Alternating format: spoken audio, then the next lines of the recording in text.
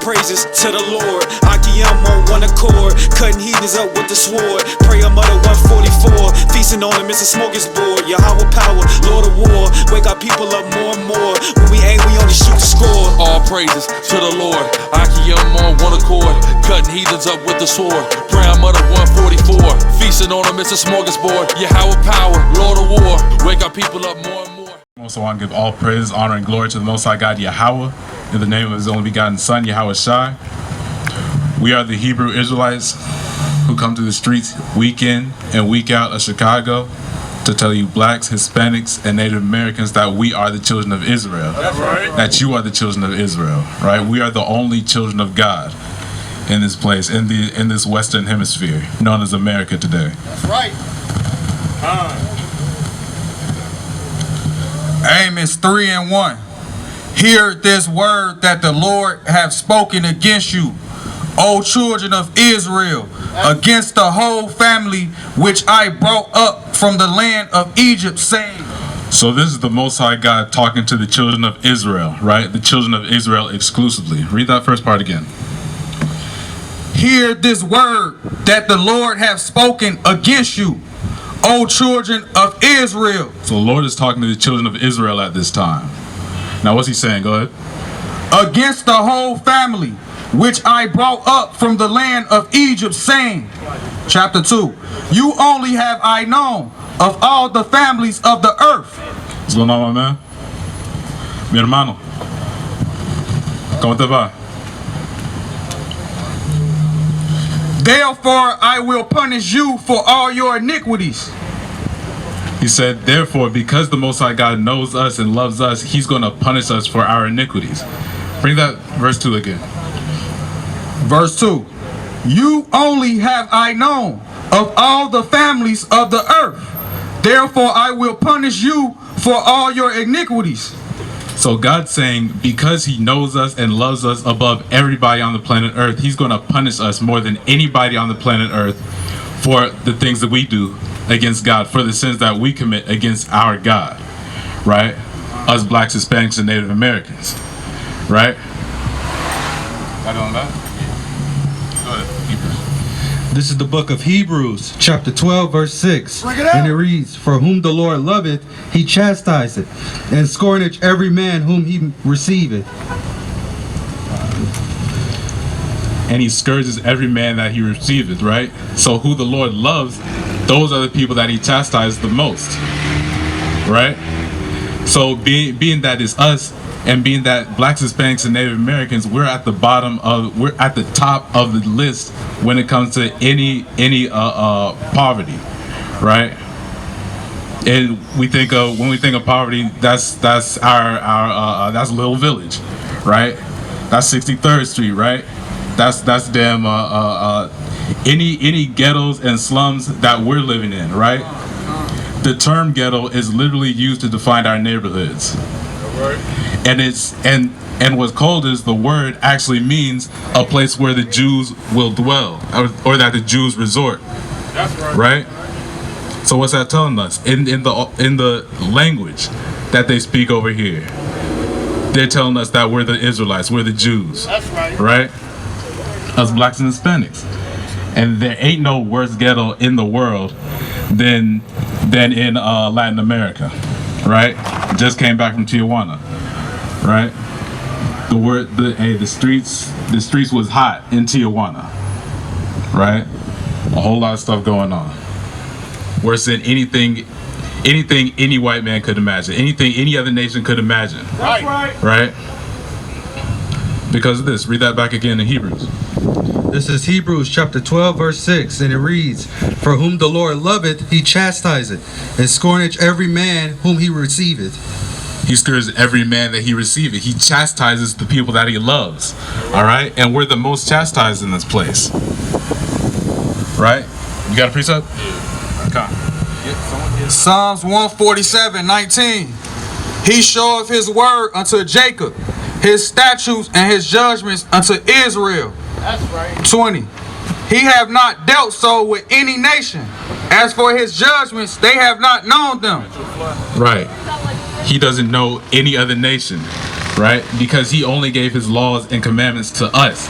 So we're the only ones that are responsible to upkeeping it, right?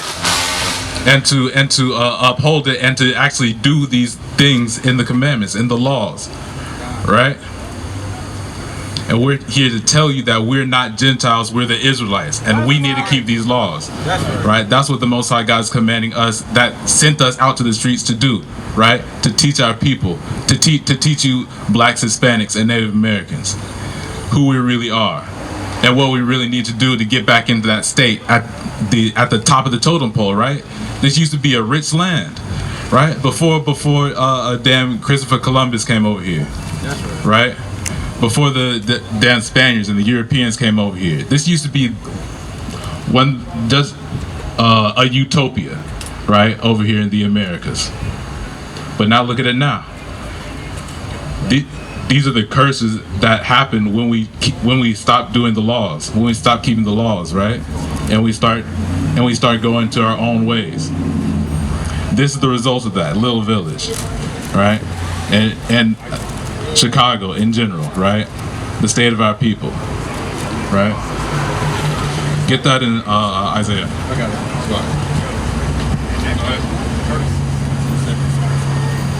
This is the book of Isaiah, chapter 42, verse 22. But this is a people robbed and spoiled. So this is a people robbed and spoiled. Tell me who in the earth has been robbed more than the Americas? Who in the earth has been robbed for more than all the gold stolen from Latin America, from Puerto Rico, from Mexico? Who's been stolen from more in the earth, right? All the oil from Latin America, the rich resources, all these rich resources that we produce in these countries, right? You would think we would.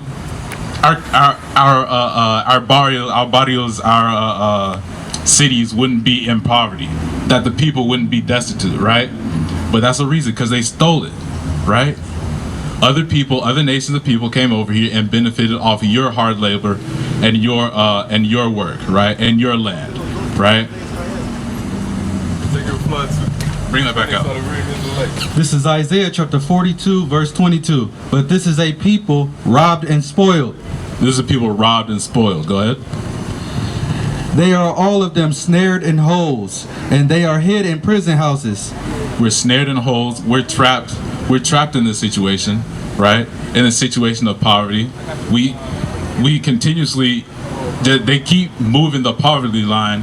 So whenever we think we're getting ahead, they just lower the value of the dollar, right? So even though we're making more money, we make 20K on average. That's poverty line right now, right? But they about to increase that though, right? 30K is about to be 30K, 40K is going to just keep increasing until this whole economy crashes, right? So even though we think we're getting up in this society, we're really not, right? They're just moving the goalposts, right? The so-called white man, known as the devil today. Go ahead. They are for a prey, and none delivereth, for a spoil, and none saith restore. Therefore, pray and none delivers. No one's coming to our hoods. No one's coming to America to save the Hispanics from the enslavement, from the rape of their land, from the torture that we have endured here, right? No one's coming and trying to fix our situation. No one's coming to deliver the black man, right, back to their original home in Africa, to give them resources, right? Give us what we should have for all the work we put into America. No one wants to do that. Bring that back out again. This is Isaiah chapter 42, verse 22. But this is a people robbed and spoiled. This is a people robbed and spoiled. Go ahead. They are all of them snared in holes, and they are hid in prison houses. They are all for a prey, and none delivereth. We're all for a prey, and none delivereth. Right? Go ahead. For a spoil, and none saith restore. And no one's going to restore us. Right?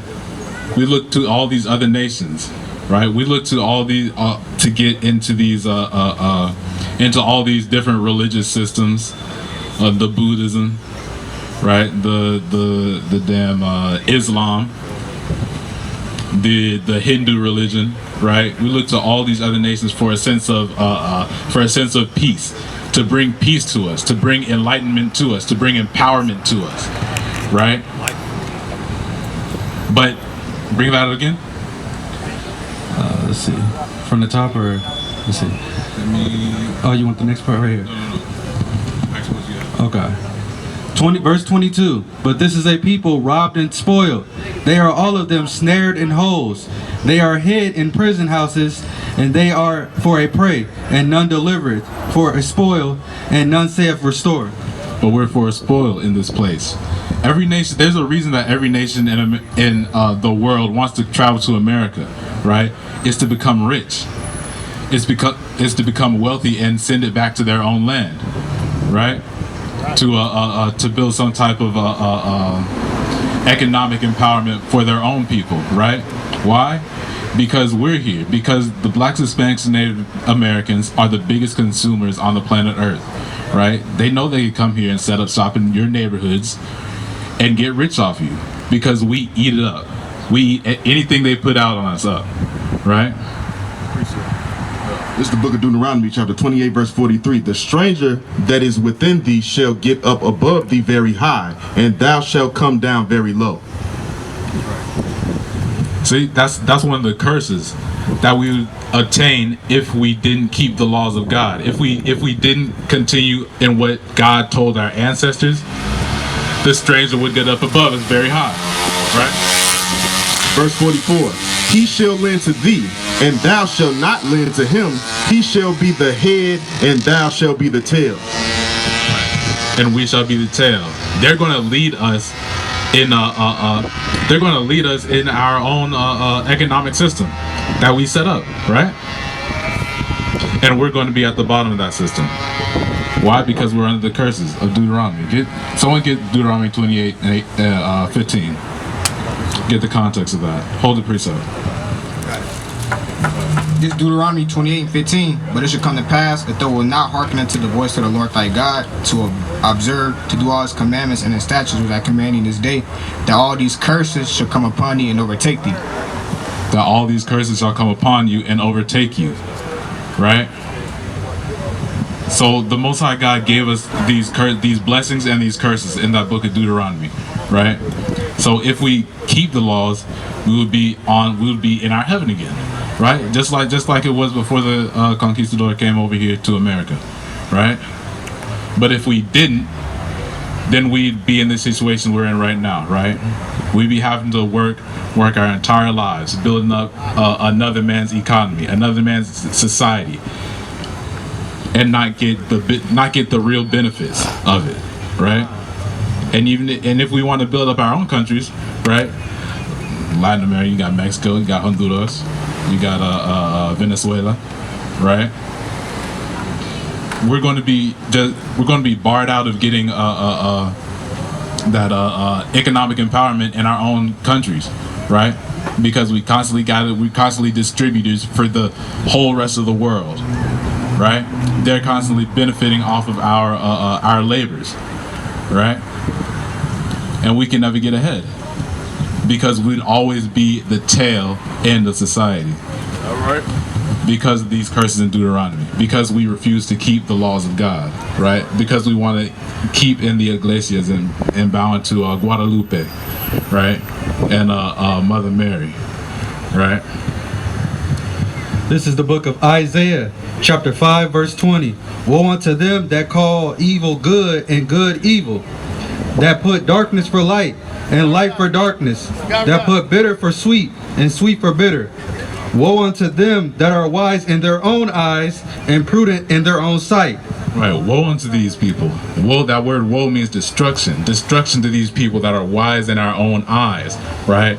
And that because the heart is deceitful among all things, above all things, right?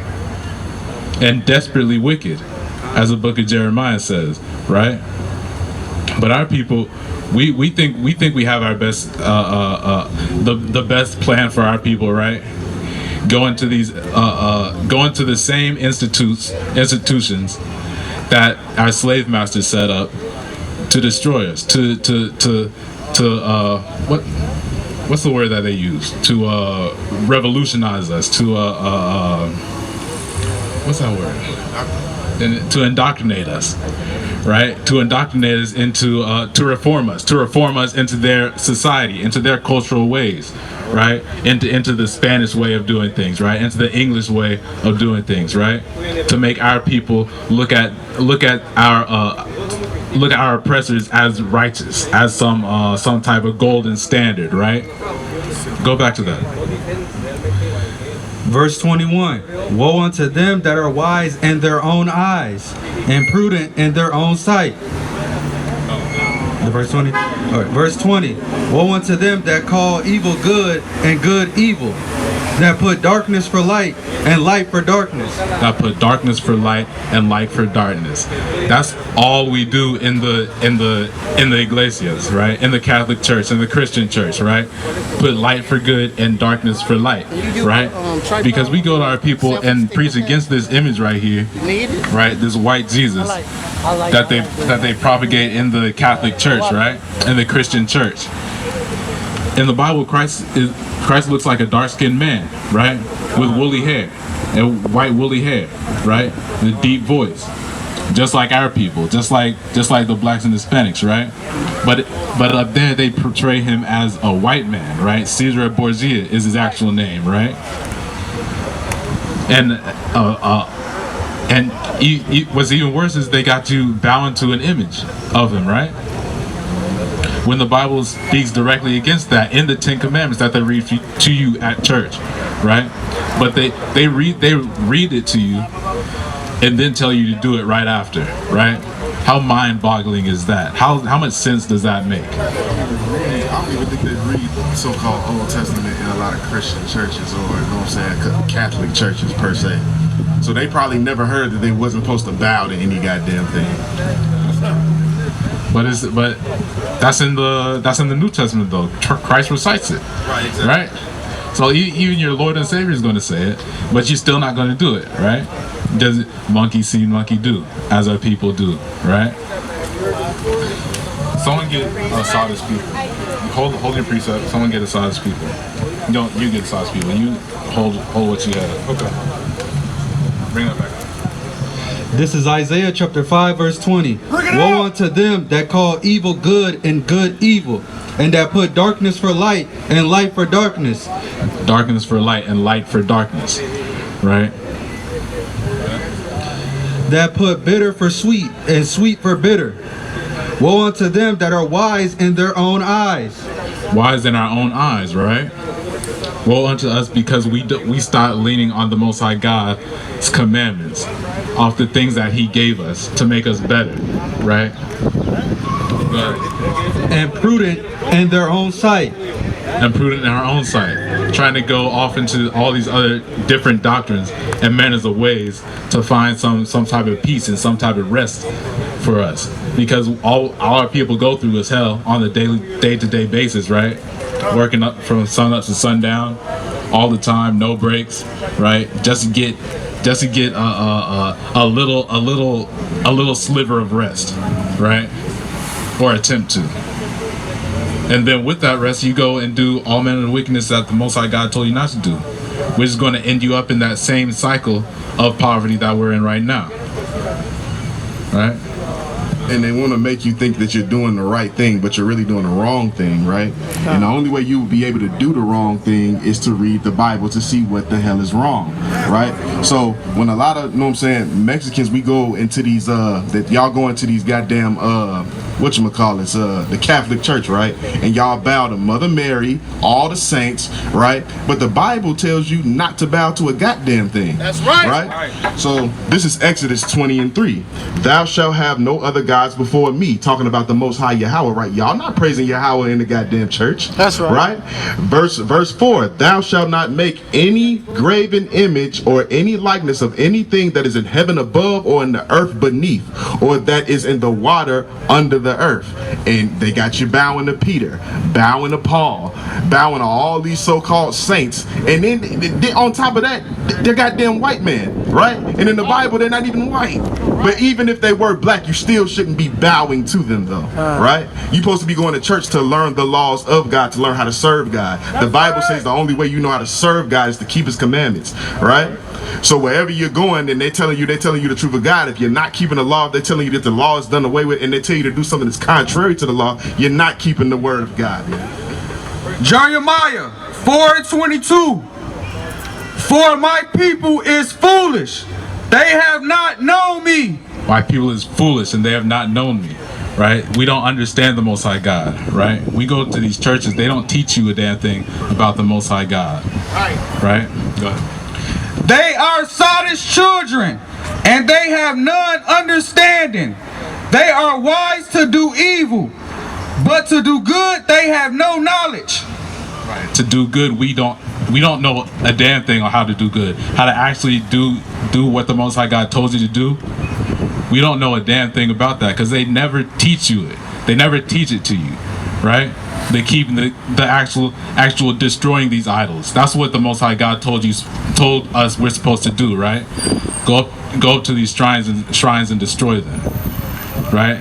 The white Jesus, the Mother Marys, the Saint Peters and Pauls, right? We're not supposed to be worshiping these things. You go to Deuteronomy 7 and 33. You want me to start at 3, or you want me to just go straight to 4? Start 3. Okay. This is 1 John chapter 2 verse 3. And hereby we do know that we know Him. So here's how we know Christ. Here's how we know we have a relationship with Christ, right? If we're doing this right here. Go ahead. If we keep His commandments. If we keep His commandments. If we keep the commandments that He gave us in the beginning. That's right. Right? Go ahead. Verse 4, he that saith, I know Him, and keepeth not His commandments, is a liar, and the truth is not in him. So if we don't keep His commandments, then we're liars. Then we're made liars, right? And the truth is not in us if we don't keep His commandments, right? It doesn't matter if you got all the breakdowns in the Bible. The truth is still not in you because you don't keep the commandments. That's right. You simply hate the Most High God, right?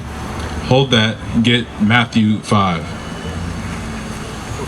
Where he's talking, where Christ is breaking down the law. 5:20-24. Yeah. Or 17. Yeah. Go ahead. This is Matthew chapter 5 verse 17. Think not that I have come to destroy the law. Right. This is Christ speaking, too. Right. This is red letter. Go ahead. Or the prophets. I have not come to destroy, but to fulfill. For verily I say unto you, till heaven and earth pass, one jot or one tittle shall in no wise pass from the law. So none of these things, Christ is saying that none of these things written in the original law of Moses that they were preaching at the time, right? That the Pharisees had at the time, right? Nothing of this law would be destroyed or erased by Christ until what? Till all be fulfilled. Till all be fulfilled. And Christ didn't come back to the earth yet, so that's something that hasn't been fulfilled, right? All these prophecies in the Old Testament, those things have not been fulfilled yet, right? Israel's supposed to be back in their land at peace. That's not been fulfilled, right? We're supposed to have the Nile to the Euphrates. That's not been fulfilled, right? So this law still stands. Everything that the Most High God said in this so-called Old Testament, all of it we still have to do, right? Where the hell is world peace, right? If we in the new covenant and everything's fulfilled, we should have world peace, right? Ain't no goddamn world peace, man. The world is in disarray, man, right? The trees are crying out, the animals are crying out, right? Because the wicked are in rule, man. We don't rule the goddamn thing. The white man does, right?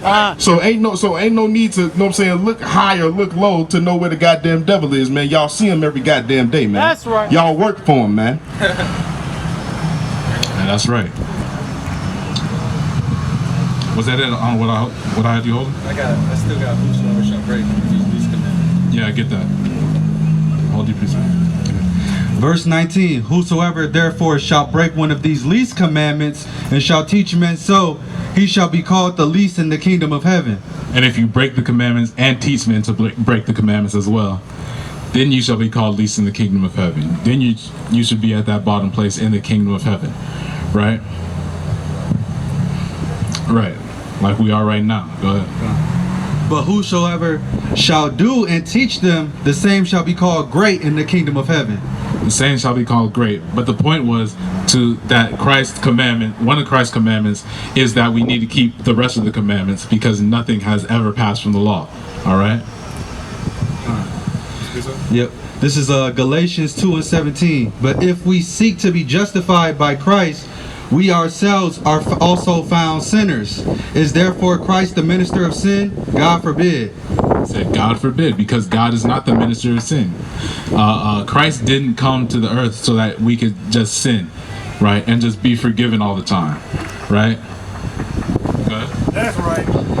For if I build again the things which I destroy, Right, if I build again those things that I destroyed, right, which is that body of sin, right, if I go and continue sinning, continue breaking the law of God, right, doing my own will, go ahead, I make myself a transgressor.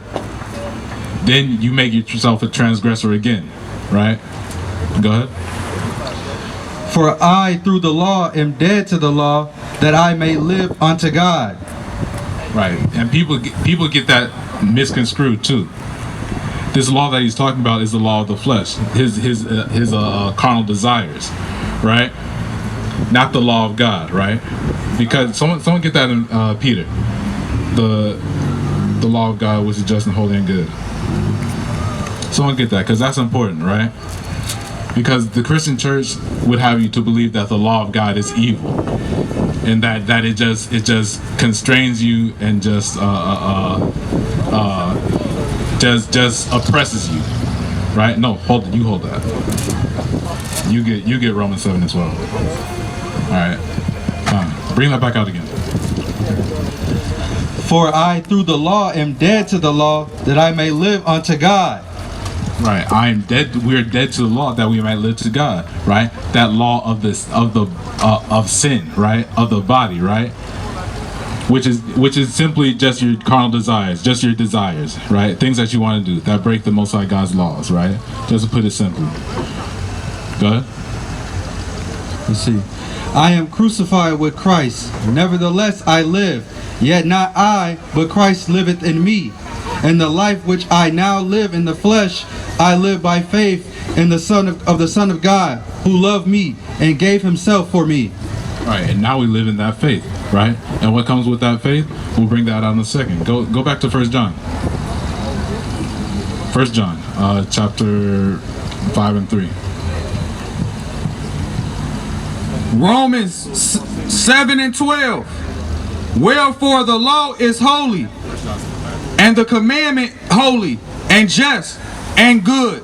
Right, so the law is holy and the commandment is holy, right? So why would Paul in the next in the book of Galatians talk about how we don't need to keep the laws anymore if the law is holy and just and good, as he said, right? Because it's holy and just and good, we need to keep it, right? He's not talking about breaking the laws, he's talking about keeping it. This is why a lot of people wrestle with Paul, right? Because they didn't know a damn thing what he was talking about, right? This is 1 John chapter 5 verse 3. For this is the love of God, that we keep his commandments. The love of God is you keeping the commandments, right?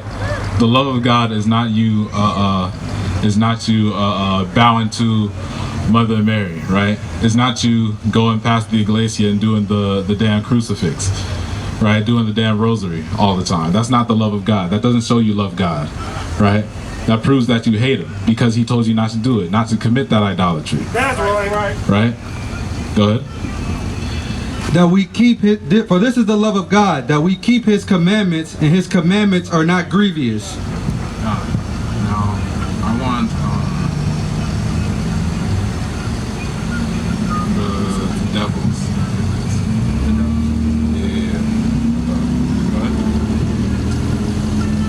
Romans 7:14.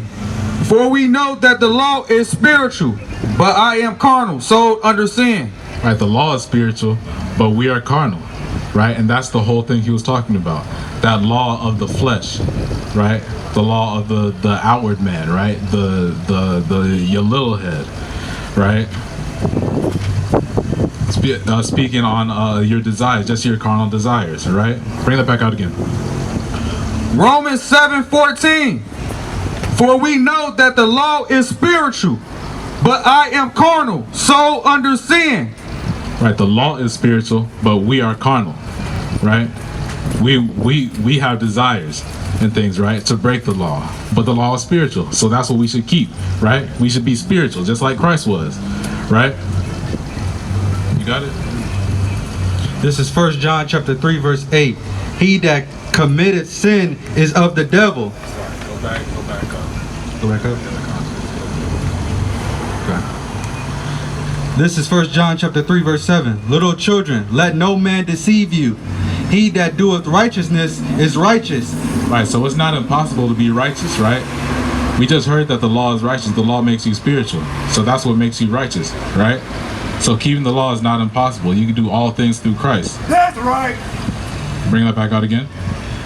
This is 1 John chapter 3 verse 7. Little children, let no man deceive you. He that doeth righteousness is righteous.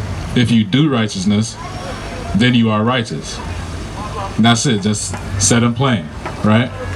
Go ahead. There's no original sin doctrine, right? You're not just born wicked. You're not just born a sinner, right? If you do righteousness, you are righteous. That's it. Even as he is righteous. Verse 8. He that committeth sin is of the devil. And he that committed sin is of the devil, right? So why would we have so much pride and boast in the fact that we're sinners, right? Like they tell you to do in the Christian church. That means you're of the devil. You're literally saying you're of the devil when you say that, right? Going straight to that Christian church, just a bunch of devils, right? Bowing to idols all day. Thought that it was good. Thought that you was doing a good thing, right? That this is what we're supposed to do because that's the Holy Mother Mary, right? That he gave birth to the Son. She gave birth to the Son, right? But God told you not to do that, which renders you what? A devil. You're just a devil. Devils pray to Mother Mary. Right. That's what they do, right? Devils worship this white Jesus, right? That's what they do. If you were attentive to the Most High God's laws, right? If you actually love the Most High God, right? You would keep His laws. That's right. Right? You would stop eating pork. You would tell your brothers, hey, this ain't the right thing. We don't need to be doing this, right? We need to turn away from this. Come back to our God, right? To whose name is Yahweh, right? In the Hebrew, not Yahweh, not Jehovah, Yahweh in the Hebrew. That's right. And the name of His Son is Yahweh Shai. That's right. All right, go ahead. He that committeth sin is of the devil, for the devil sinneth from the beginning. Because the devil, he sinned from the beginning, right? For this purpose the Son of God was manifest, that he might destroy the works of the devil. Right. Didn't Cain kill Abel? Cain killed Abel, right? That's a sin, right? You can't just murder your brother for no reason, out of cold blood, right? So that's the devil being that first sinner, that sinner from the beginning, right? Already throwing the rock and hiding your hand, right? So when we sin, we just showing those same tendencies, right?